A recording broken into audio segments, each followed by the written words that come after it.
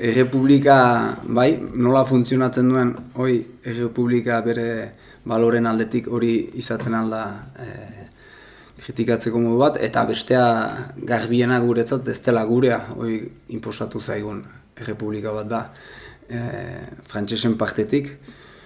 Eta orduan hori gurea ez da, eta gainak gureak diren gauzak zango pilatzen ditu, eta gu zapaltzeko eta dominatzeko erabiltzen den tresna bat da. Beraz, holako errepublikarik ez dugu aitortzen, eta nahi ere ez. Oain gurea sortzeko, eman ditzagun urratsak, eta zein izan behar duten urratxoiek, hori izanen da, ez da bai da ez. Hori pixkat errandukena, baina mai gainean eman behar dira denak. Ikusten bada Espainiak estaduan hizkuntza euskara ofiziala dela autonomietan, eta Ipar Euskal Herrian ez dela hala, eta orduan eskubide horiek nok ditu babestuagoak hegoaldean o iparraldean.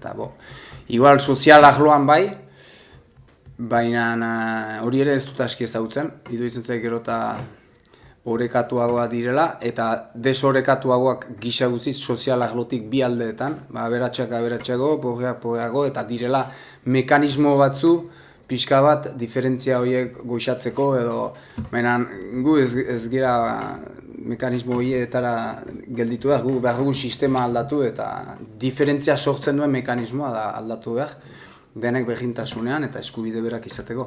Hor ez da errepublika izenarekin egiten, frantses errepublikak alderantziz zapalkuntza eta oino garbia du, bere zentralismoa ikara egia du, Espainiol Estatuan baino gehiago, dena kontrolatzen du, dena zentralizatzen du, hizkuntza aldetik hizkuntza bakarra emana du martxan, eta segurazki da mundu mailan kolonia gehien eta zapalkuntza gehien induena, espainolekin batean segurazki, eta teknika izugarria dituzte hortan, eta historia handia, eta orduan ez da garai batez erregeak kanporatu zituztelako, erregeen sistema hori uste dugu gaur egun, nik uste du behintzat mantentzen dela.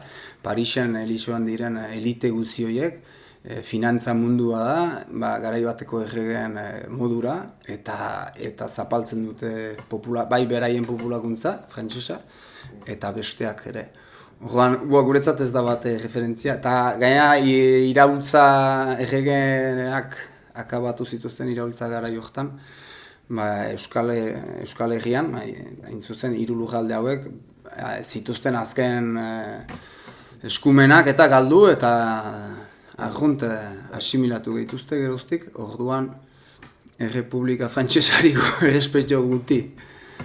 Eta memento batez garaipen eguna aipatu izan da askotan, eta nik ez dut uste garaipen egun konkreturik baden, eguneroko borrokan behar dugu ari, eta gero ere egun batez Euskal Burujabetza lortzen balin badugu edozein instituzioen bidez ere, ez da bukatuko. Gana dut, injustizia eta bata bestean dominazioa beti izanen da seguraski, munduak hola erakusten digulako maleruski, izan dadin langile eta nagusien artean, edo herri desberdinetakoen artean, edo emazte eta gizonen arteko harremanetan, edo beste hainbat gauzetan bezala.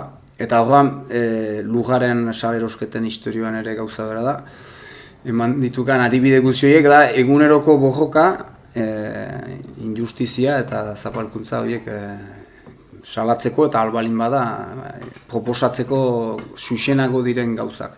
Eta orduan, borroka txiki asko, gaur egundik erakusten dutenak ere gure herria bizi dela. Orduan, nunbait, nahiz eta instituzionalki ez antolatu izan, gure herria bada, bizi da, borrokatzen duen bitartean bizi da. Eta hori dira adibide konkretuena, ni ados naiz, ikastolak, lehenbizikoa ematen baitugu, ikastolak, nola sortu diren egitik eta nola antolatu diren, Euskal Irratiak, komunikabideak, laborantza ganbara, orain lugaren espekulazioaren inguruan eta sortzen ari den mugimendu guzi hau, eta horrek ematen du esperantza. Pentsatu behar duguna ere, naturalena izan behar duena da gure partetik, adibidez, Lapurdi hemen eta hemen Sara. Bera edo Etxalar edo Lesakako jendearekin, ez? Hori ere nahiko gauza galdua da eta eremu naturala dau, mendiak hemen elkartzen dute. Muga deitzen duten hori guretzat da junta edo elkartzen den lekuak, baina gaur egun asko galdu da hori, hageman hori, eta nik uste naturalki hor den hurbilena. Eta hori lehentasunez hori edo hageman hori berreskuratzen eta bultzatzen aritu behar ginuke. Eta hemendik arat zertako ez, eta beste interes batzu balin badira bintzat, bai, Euskal Herrian beste puntako. Nik uste dut garai batez, etzea iola aski kasu egiten tokiko errealitateari eta tokiko erritmoari. Bai, nazional proiektuak errealitate batetik pentsatzen zirela, eta gero Euskal Herriko nazional mailara erematen zirela askotan zango pilatuz tokiko dinamikak edo kontutan hartu gabe. Eta gaur egun beste aldera, beste muturera, eta ikuste dut instituzioetan indarrak ematen ari garela hiru lujalde zatitu horietan. Eta hortan bakarrik kasik, eta Euskal Herri mailako ez proiekturik eraikuntza nazionala eta antzia bezala, eta kalte, nik txematen dut, kalte handia. Eta alta biak, nik ez dut bat ala besteen aldeko apostu egiten, baina biak beharrezkoak, eta bintzat iparra markatu behar lukena, edo gure ibilbidearen norantza, niretzat, da eraikuntza nazionala, eta egiten ditugun borroka hauek guziak, lehen aipatu baititugu, zapalkuntza eta bata bestean dominazioa eta kentzeko eta justizia emateko borroka horiek, Euskal Herri mailan koordinatzea eta artikulatzea. Eta gero eraikitzen ditugun elkarte eta antolaketa guzi horiek, behar ditugu gure instituzionalizatu edo gure maneran ofizializatu eta horieri eman indarra. Ez du kentzen bitartean frantses estadua, espainol estaduak eman dizkiguten beste dominatzeko tresna horiek, ahalaz gu ere hor sartzea eta pixkat beraien zapalkuntza eta dominazioa frenatzeko tresna izatea. Baina argi izan behar du hortarako dela. Pentsatzen balin badugu tresna horiek direla gure buru jabetza lortzeko tresnak, uste trompatzen girela. Eta instituzio horiek dire garbiak estaduenak, beren lege gogorrenekin, gure kontra joaten direnak zuzenen. Eta hor eskuak lotua ditugu. Badugu bai, hobeda gure jendea izatea instituzio horietan anti-euskaldunak baino, segurki.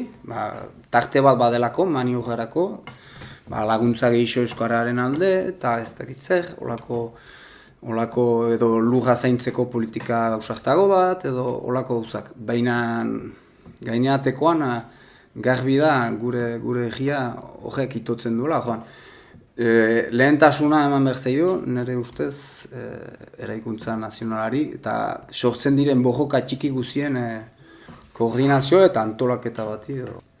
Ipar Euskal Herriak izan du azken urte hauetan aintzinatze bat erran daiteke, instituzionalki lehen aldikotz.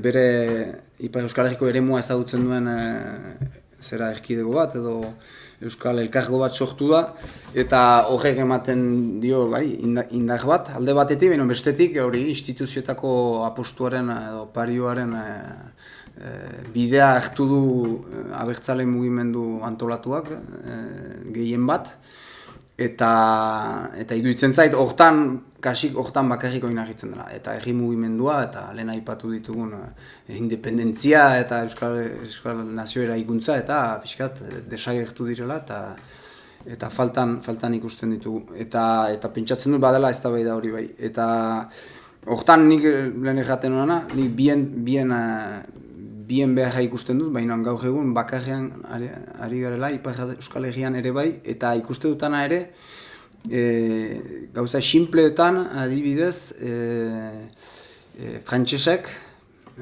gure lurraldeari Pays Basque izena eman diote, hiru probintziari bakarrik, Lapurdi, Basen-Nafarroa eta Siberuari.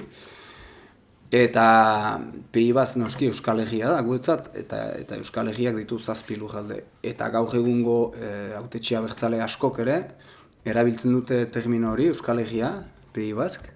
hiru lurraldeak izendatzeko. Eta hori orain arte ezagutzen ginuen Euskal Herrian, bereziki Euskadiko autonomia erkidegoan, aipatzen zerarik askotan Euskal Herria edo beti lurralde hori, eta baina gaur egun Ipar Euskal Herrian ere termino horiekin arazoa ditu, eta hori alare nahiko esanguratsua da, eta argi-garria ere bai.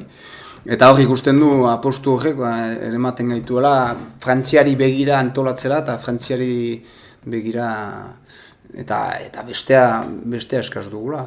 Estadu bat lor badaiteke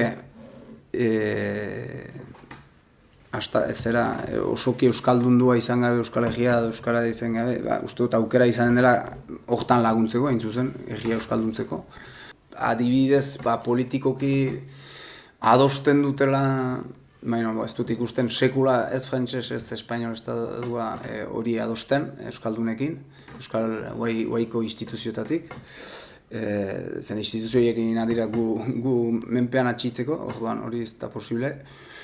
Eta lehen erran duguna, nik aukera bakarra ikusiko nukena, da bestea, gurea sortuko dugun egia. Eta ni naiz itxutzen eta naiz presaka segidan egunetik biharamunera Euskal Estadu bat eta Katalunian berba prest ziren urratxori emateko, alare aski-argia izan da. Baina hemen ez dut ikusten prest eta hortarako bideri, baina egunerokoan egiten ditugun borroka hauek guztiak, nik hori ikusten dut Euskal Herri bat badela eta bizi dela, eta hori dugu elkartu behar gure artean. Zai egun gabe ere ze ematen diguten, estaduetatik ze onartzen diguten, eta noiz ofizialki aitortzen gaituzten herri gisa.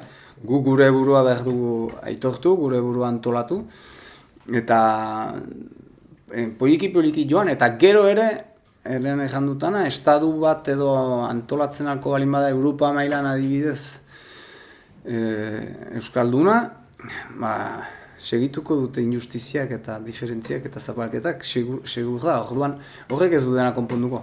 Sentsazio bat badelako, ni bautalako, eta inguruan sentzia, etxipen puntu bat ere bada gaur egungo bojokan inguruan, eta gizarteak edo jendarteak hartzen duen ohituretan eta konsumo hortan, eta guai COVID-a kudeatzeko politikak eta nola ereman diren, eta ze onartzera ino iritsi garen, eta hola. Eta nunbait ez balin badugu reakzionatzen eta ez balin bagara ere elkartzen, eta nik hor sinesten dut ere elkartu behar dugula Euskal Herria mailan. Bizkat borrokak elkartu eta etxipen hori gainditzeko eta esperantza berri sortzeko, ilusioa sortzeko, eta pentsatzen hori falta zaigula ere bai. Euskaldun gisa, amesteko ere, eta orduan eraikiko dugu ere Euskal Herria hobeagoa.